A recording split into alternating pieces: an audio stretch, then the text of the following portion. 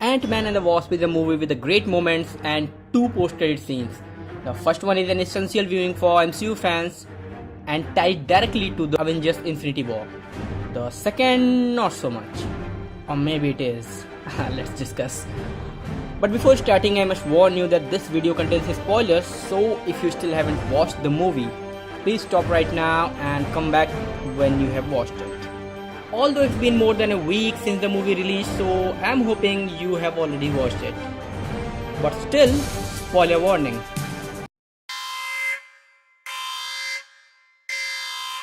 Still here? Great. So friends, my name is Gaurav and let's begin.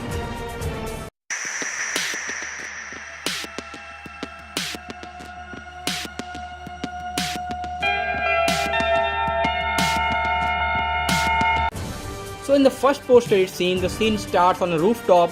Hank Pym, Janet Van Dyne, Hope Van Dyne and Scott Lang are all there. After the events of the movie, they have now successfully shrunk the quantum tunnel and have placed it in the back of a van. After some banter back and forth, it becomes apparent that the team's mission here is to help Scott successfully enter the quantum realm through the back of the van and retrieve its healing energies to help Ghost, also known as Ava, to treat the unstable matter condition that gives her powers. Just before going in, Janet warns Scott that don't get stuck in a time vortex, we won't be able to save you. And then after a countdown from Hank, Scott enters the quantum realm and gathers the healing energies while in radio contact with the rest of them who are still on the rooftop. And when he is ready to return, Hope begins to count down 5, 4, 3, but she never makes it to 2. We see things from inside the quantum realm from Scott's perspective as Hope's countdown just stops. At first he thinks that others are playing a joke on him, but after a few moments of them not responding, his voice begins to reveal his panic. We then cut to the rooftop to see that Hank, Hope and Janet are turned to ashes floating into the air. And they are the same ashes we saw at the end of the Infinity War after Thanos' snap. So yeah, Hank, Hope and Janet are among the 50% who got turned to dust.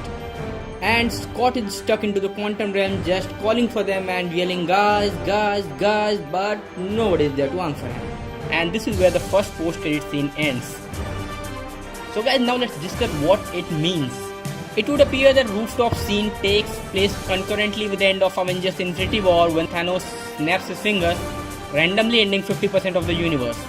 And it's official, Hope, Janet and Hank didn't survive the cull. No words on Lois or his buddies Dave and Kurt though, neither on Ghost or Bill Foster. Did they survive the snap or not? Well, nobody knows. And friends, here are some biggest questions after watching this scene.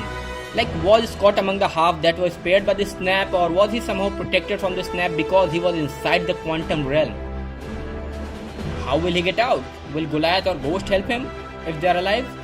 Will Scott get powers if he stays in the quantum realm for a long time like Janet did? Or, well, that brings us to the second post-credit scene. The second post-credit scene begins at Scott's house. It looks deserted in a post-rupture kind of way, and we see several shots of the house from the outside and then from the inside.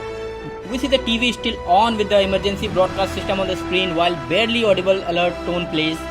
The whole time we are also hearing somewhat rhythmic drumming in the background. It's then revealed that Scott's giant pet ant is sitting upright and playing drums. As the camera zooms in closer, he stops. Cut to the black and a typical Ant-Man and the Wasp will return text on the screen. But after a beat, a question mark appears at the end. Spooky. And what it means. Follow-up post-credit scenes in the MCU movies aren't usually as important as the first one, and that appears to be the case here. Or is it? See, we see Ant playing drums and suddenly it stops. Why? Well, before I present this theory, I just want to remind you that Scott can control ants. So it's a possibility that Scott is controlling that ant and that's why it stopped playing drums and will probably do what Scott tells it to do next.